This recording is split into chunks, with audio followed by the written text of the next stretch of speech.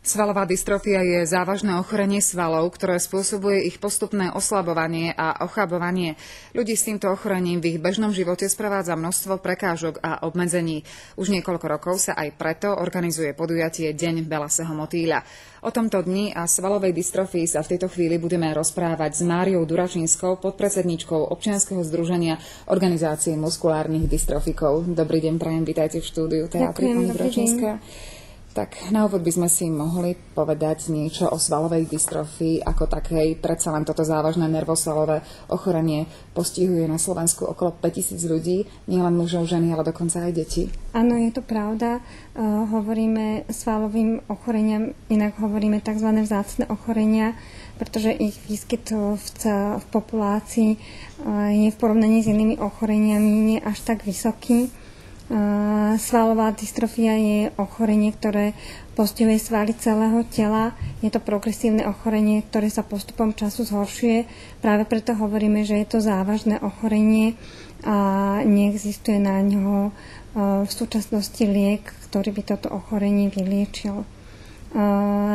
Závažné je aj preto, lebo okrem svalov tela postihuje aj napríklad svaly dýchacie, to je u tých najťažších typov, alebo svaly prehltacie, to si mnoho ľudí neuvedomuje.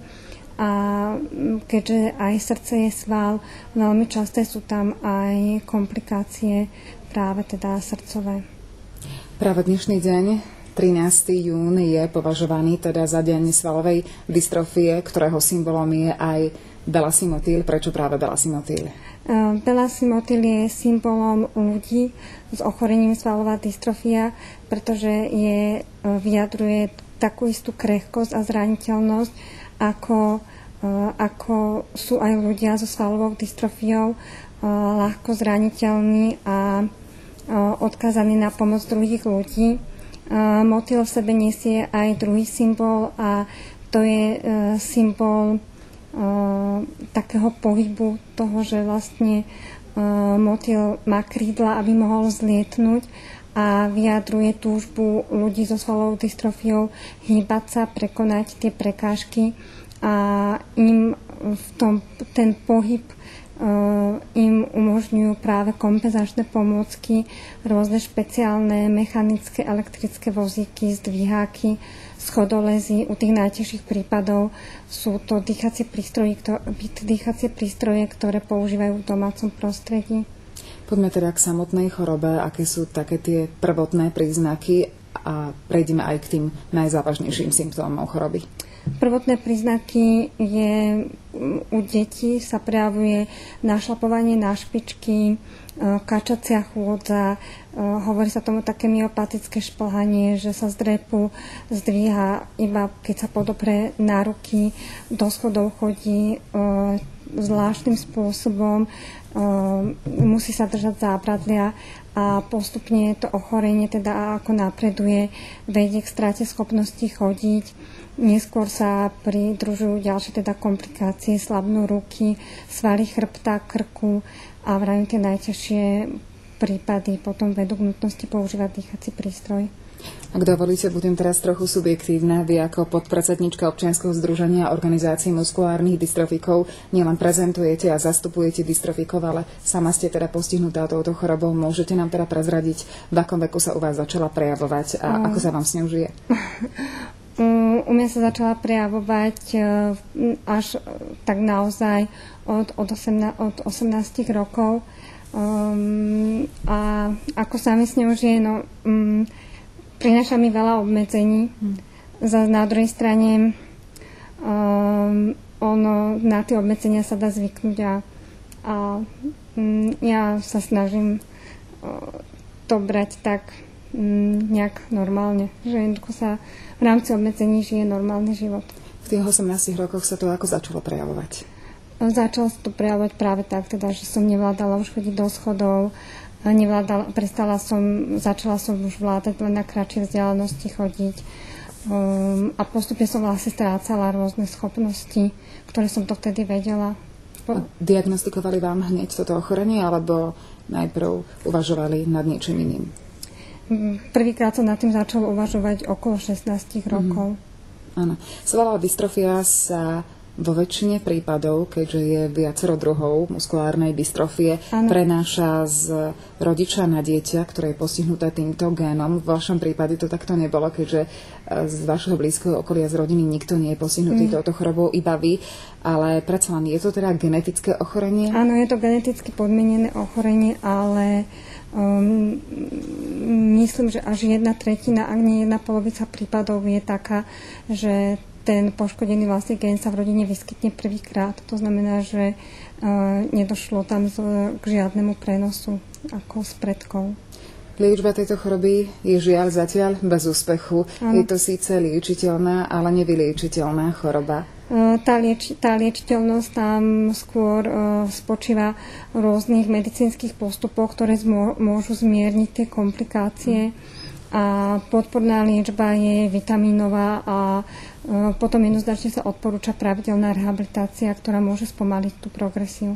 Ako je to na Slovensku s liečbou pacientov a možno, že aj v tom celosvetovom meradle, keby sme to mohli porovnať? Jednoznačne musíme povedať, že na Slovensku máme veľké rezervy a tie rezervy sú naozaj obrovské. Týka sa to tak pravidelnej rehabilitácie, ako aj tej diagnostiky. Veľa našich členov nemá doriešenú základnú diagnostiku. Tá starostlivosť, tá následná, je skôr o iniciatíve jednotlivých doktorov, ale nie je to podchytené komplexne. Hovorí sa, že je to pridrahá choroba. Je to pridrahá choroba z hľadiska medikamentov, liekov alebo z hľadiska starostlivosti zdravotných sestier?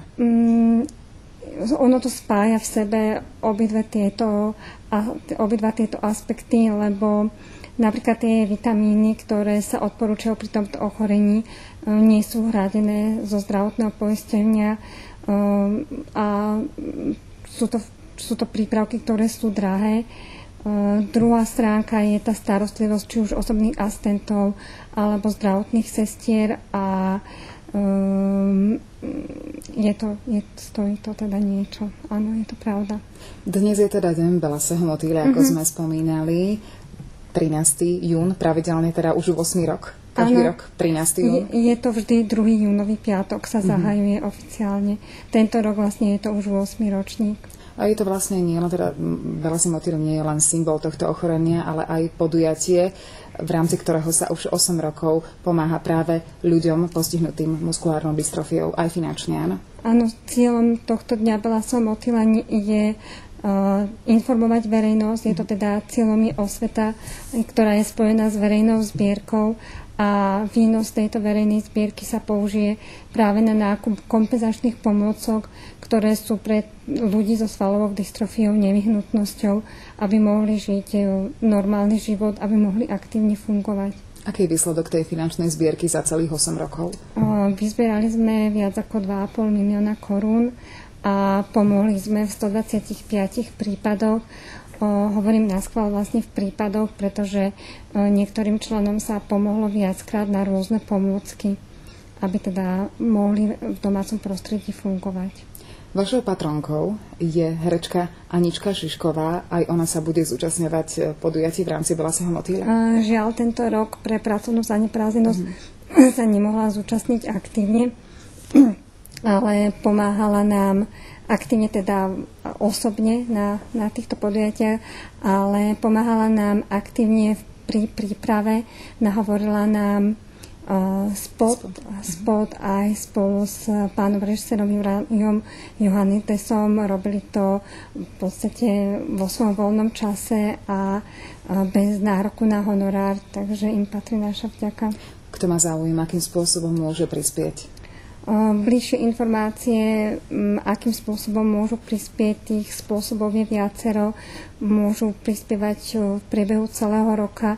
Nájdu na internetovej stránke našej organizácie na www.omdvsr.sk. Sú to začiatočné písmená nášho oficiálneho názvu.